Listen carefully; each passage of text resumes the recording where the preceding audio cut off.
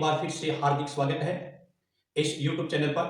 सरस्वती शिक्षण संस्थान मतलब सरस्वती स्कूल सुरपुरा के द्वारा इस YouTube चैनल पर बोर्ड परीक्षा को ध्यान में रखते हुए 10वीं और 12वीं बोर्ड परीक्षा के कुछ मॉडल पेपर जो है इस YouTube चैनल पर सोल्यूशन करवाए जा रहे हैं, ताकि आप दीपावली की छुट्टियों के साथ एंजॉयमेंट के साथ साथ अपनी पढ़ाई भी नियंत्रण रख पाए। इसलिए हम इस YouTube चैनल पर कुछ मॉडल पेपर जो है वो आपको सोल्यूशन करवाए जा रहे हैं। कल भी एक 10th का मॉडल पेपर साइंस का आया था। आज हम बात करेंगे 12th के मॉडल पेपर की, और उसमें जो सब्जेक्ट रहेगा वो रहेगा जियोग्राफी, भूगोल के कुछ क्वेश्चन जो है आज हम सोल्यूशन करेंगे, और उसके बाद कुछ क्वेश्चन जो है सेकंड वीडियो में सोल्यूशन करेंगे। इस प्रकार का मॉडल पेपर जो है आपके सामने प्रतिदिन आता रहेगा, ताकि आप दीपावली की छुट्टियों का भरपूर फायदा उठा पाए। एक बार से भी तमाम दोस्त जो देख रहे हैं और जो भी स्टूडेंट देख रहे हैं उन सभी को दीपावली पर्व, दीपावली त्योहार 2024 की हार्दिक शुभकामना। इसी के साथ आज के मॉडल पेपर को हम शुरू करते हैं। तो एक बार अपने दोस्तों के साथ इस वीडियो को शेयर जरूर करें, ताकि सभी को इस निःशुल्क भरी जो शिक्षा है, एजुकेशन है, उसका सभी को फायदा हो सके। तो सबसे पहले मॉडल पेपर का पहला क्वेश्चन है, और क्वेश्चन में यहाँ आपके साथ मेंशन करूंगा। जो भी दोस्त देख रहे हैं सरस्वती स्कूल के स्टूडेंट या अदर स्टूडेंट देख रहे हैं, उन सभी को इसका पूरा बेनिफिट फायदा होगा।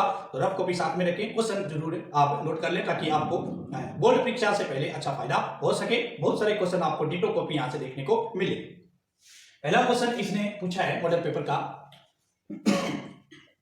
मानव भूगोल। क्वेश्चन में यहाँ आपके लिए मेंशन कर देता हूं, मानव भूगोल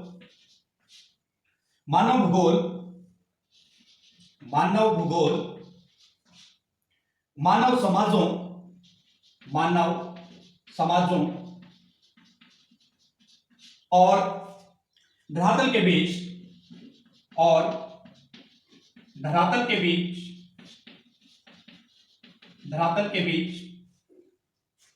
और धरातल के बीच संबंधों का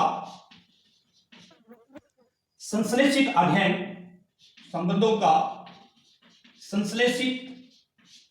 अध्ययन मानव भूगोल अध्ययन है। यह क्वेश्चन है, मानव भूगोल मानव समाजों और धरातल के बीच संबंधों का संश्लेषित अध्ययन है। यह बताना कि यह परिभाषा किस भूगोलवेत्ता के द्वारा दी गई है। पहला मॉडल पेपर का पहला ही प्रश्न डेफिनेशन से संबंधित पूछा गया कि ये जो परिभाषा है वो किसकी है। तो आप देखेंगे ये जो परिभाषा दी गई है मानव भूगोल की, वो है रेटजेल की परिभाषा। किसकी है?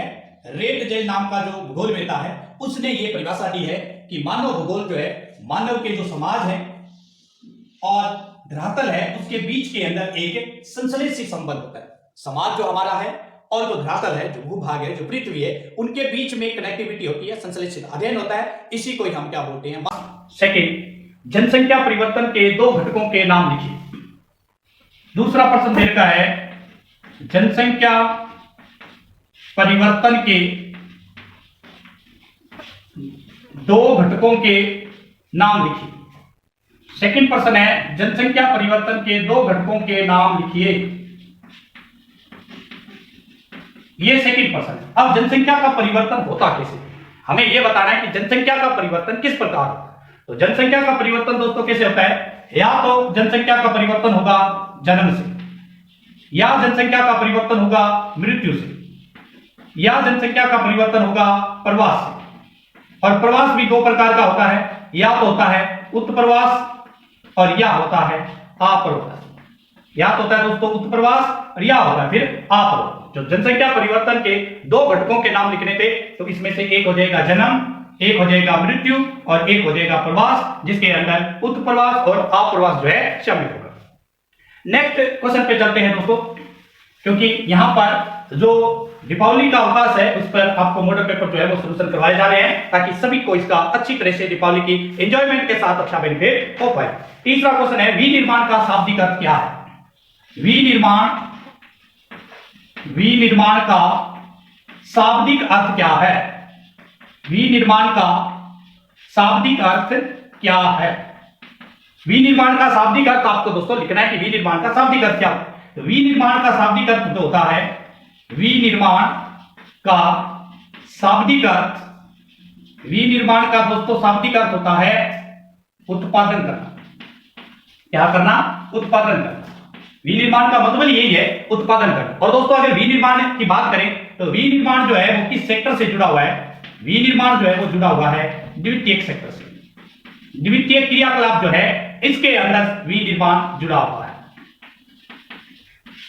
मतलब आपने जो एग्रीकल्चर से प्राप्त किया है, प्राथमिक क्रिया से आपने जो प्राप्त किया है, उसका आप नया उसका प्रोडक्ट बनाने उत्पादन कर रहे हैं, तो वो आपका द्वितीय सेक्टर में आता है। द्वितीय सेक्टर ही विनिर्माण से जुड़ा हुआ। जैसे मान लो कि आपके पास आटा है, आपके पास घी है, आपके पास चीनी, जो प्राथमिक क्रिया से आपने प्राप्त किया, इसे आपने नया प्रोडक्ट बिस्कुट बना दिया। बिस्कुट क्या है? सेकंड सेक्टर में आता है, द्वितीय विनिर्माण आपने किया, उसका उत्पादन किया है। तो इस प्रकार आपके पास गेहूं है, आपने चक्की पर डाला, आटा मिल गया। आटा क्या है? क्या है आटा? विनिर्माण है, द्वितीय सेक्टर में आता है। तो विनिर्माण का मतलब क्या है दोस्तों? विनिर्माण का मतलब जो द्वितीय क्रियाकलाप में आते हैं और जिनका उत्पादन करना होता है वो क्या होता है? विनिर्माण होता है। तीसरा प्रश्न है आपके पास, ये सॉरी तीसरा प्रश्न था, चौथा प्रश्न है WTO का पूरा नाम लिखिए। WTO का पूरा नाम लिखिए। क्या लिखना है? WTO का पूरा नाम लिखना है। अब WTO क्या है, कहां से आया, ये क्यों आया, इन सभी मुद्दों पर आपके साथ अभी डिस्कस किया जाए। WTO इसका पूरा नाम होता है विश्व व्यापार संगठन। विश्व व्यापार संगठन, ये WTO का पूरा नाम होता है। अभी इंटरेस्ट नहीं आया? नहीं आया? और सुनो, WTO का पूरा नाम वर्ल्ड ट्रेड ऑर्गेनाइजेशन। हवाया का इंटरेस्ट थोड़ा वर्ल्ड ट्रेड ऑर्गेनाइजेशन, हाँ सर ये बढ़िया। तो वर्ल्ड ट्रेड ऑर्गेनाइजेशन या विश्व व्यापार संगठन WTO का क्या है? पूरा नाम है। इसकी WTO की स्थापना होती है 1 जनवरी 1995 ईस्वी में। WTO वर्ल्ड ट्रेड ऑर्गेनाइजेशन की स्थापना कब होती है? 1 जनवरी 1995 ईस्वी के अंदर। इसका जो हेडक्वार्टर है वो पड़ता है मनीला। इसका मुख्यालय मनीला में, और मनीला कहां पे है? सॉरी, इसका मुख्यालय जो है वो कहां पड़ता है? जिनेवा। जिनेवा, जिनेवा में पड़ता है। और जिनेवा कहां पड़ता है? स्विट्जरलैंड। कहां पर पड़ता है? स्विट्जरलैंड के। WTO का हेडक्वार्टर कहां है? मुख्यालय कहां है? जिनेवा। और जिनेवा कहां पड़ता है? स्विट्जरलैंड।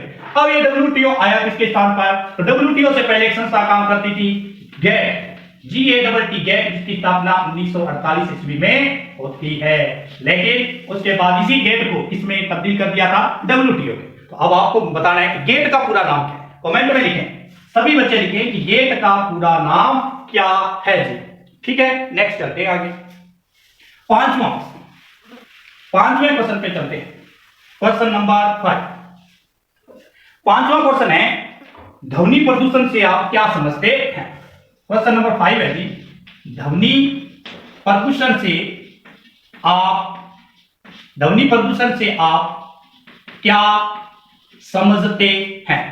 ये क्वेश्चन है, ध्वनि प्रदूषण से आप क्या समझते हैं? ये क्वेश्चन है, ध्वनि प्रदूषण से आप क्या समझते? अब देखो जी, ध्वनि प्रदूषण के लिए हमें ईयर का कान की बातें करनी पड़ेगी। जो हमारे ईयर है ना, ये कितने सुन, बाह्य स्रोतन किसे कहते हैं?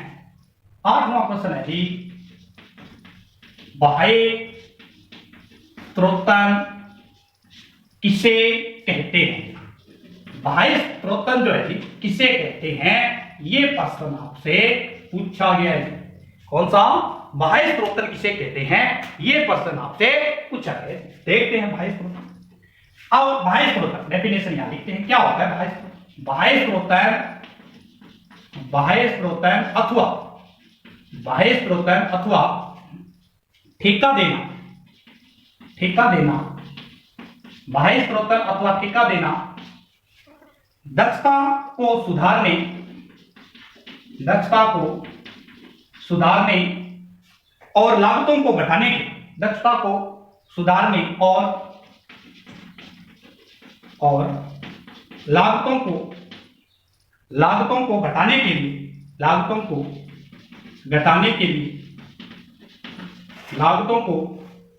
लिए किसी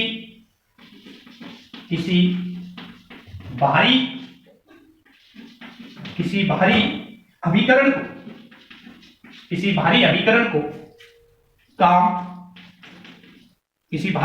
को काम सौंपना है। ठीक है, तो बाह्य स्रोतन का मतलब क्या होगा? बाह्य स्रोतन अथवा ठेका देने का मतलब है कि उसके जो दक्षता है उसको सुधारना और लागत को कम करना। जितनी भी लागत आ रही है उसको कम करना, लागत को क्या करना, कम करना। दक्षता सुधरेगी तो लागत अपने आप अच्छी होगी। अब मान लो यहां मैं उदाहरण देता हूं, ए कंपनी है, एक बी कंपनी, दोनों को सेम काम संभाले। ए कंपनी थोड़ी अच्छे दक्षता वाली यहां पर व्यक्ति नहीं है, इसलिए किसी प्रोजेक्ट को बनाने में ये 5 लाख रुपए खर्च करती है। दक्षता वाले व्यक्ति यहां पर कम है। इसी सेम प्रोजेक्ट को बी कंपनी जो है यहां पर कुशल कर्मचारी है, अच्छे कर्मचारी हैं, माइंडेड है, दिमागी, तो ये इसी काम को 3 लाख में कर देती है। इसका मतलब 2 लाख इन्होंने बचा दिए। कितने लाख बचा दिए? 2 लाख रुपए बचा दिए। और ये 2 लाख किससे बचे? क्योंकि बी कंपनी के पास दक्षता सुधारने वाले व्यक्ति क्या थे जी? ज्यादा थे, अच्छी क्वालिटी के व्यक्ति थे। तो जिस संस्था के अंदर अच्छी क्वालिटी के व्यक्ति होते हैं, अच्छी एनर्जेटिक, पावरफुल और अच्छी सोच के व्यक्ति होते हैं, वो संस्था कम पैसे में अच्छे काम कर जाती है। जो संस्थाएं ज्यादा पैसा खर्च करने के बाद भी काम नहीं कर पाती है। तो ये आपको बाह्य स्रोत में ध्यान रखना है। उसके बाद है आपके पास क्वेश्चन नंबर 9वां क्वेश्चन क्या कहता है जी? 9वां क्वेश्चन है जी कि नौसेना पतन से आप क्या समझते हैं? नौसेना पतन से आप क्या समझते हैं? कि जो नौसेना पतन है, इस नौसेना पतन से आप समझते क्या है जी? जो नौसेना पतन है इसे आप क्या समझते हैं?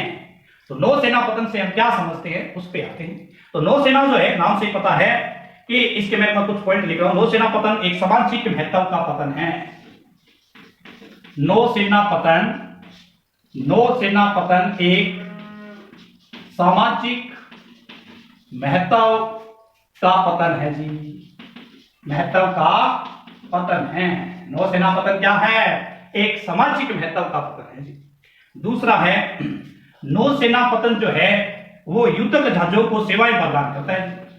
युद्धक जहाजों को सेवाएं प्रदान करता है, सेवाएं प्रदान करता है। तीसरा है जी, जो युद्धक जहाज है उनकी मरम्मत भी ये करता है। युद्धक जहाजों की मरम्मत करता है, रिपेयरिंग करता है। और ये पतन कहां देखने को मिल सकते हैं? इंडिया में बात करें तो कोच्चि केरला में तथा कारवार पतन में ये देखने को मिलेगी। ये नौसेना पतन के उदाहरण है जी। तो एक तो नौसेना पतन जो है वो नौसेना पतन एक सामाजिक महत्व का पतन है जी। ये एक सामाजिक कल्चर से जुड़ा हुआ पतन है जी। नौसेना नाम से पता चल जाना चाहिए। ये युद्धक जहाजों को क्या करता है? सेवाएं प्रदान करता है। और इसके अलावा युद्धक जहाज है उनकी मरम्मत करता है। और इंडिया में ये पतन कहां देखने को मिलेगा जी? इंडिया में ये पतन देखने को मिलेगा कोच्चि तथा कारवार के अंदर। ऐसा ओके या। उसके बाद 10वें प्रश्न पे चलते हैं। 10वें प्रश्न पे आगे जी। 10वां प्रश्न है जी, जनसंख्या वृद्धि को परिभाषित कीजिए। बहुत ही अच्छा क्वेश्चन पूछा गया है। जनसंख्या वृद्धि